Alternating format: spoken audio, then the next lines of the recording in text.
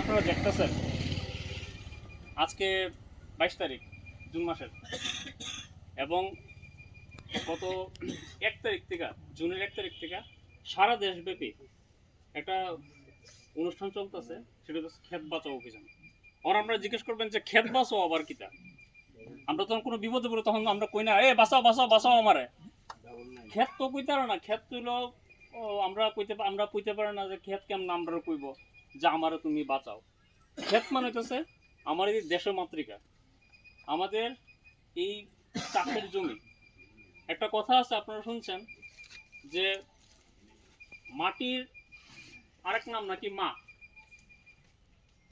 মা তো আমাদের জন্ম দেয়, আর এই মাকে যারা এই পৃথিবী সৃষ্টির কাল থেকে আমাদেরকে পালন করে আইতেছে, সে হইতেছে দেশমাতৃকা এবং আমাদের এই ধরিত্রী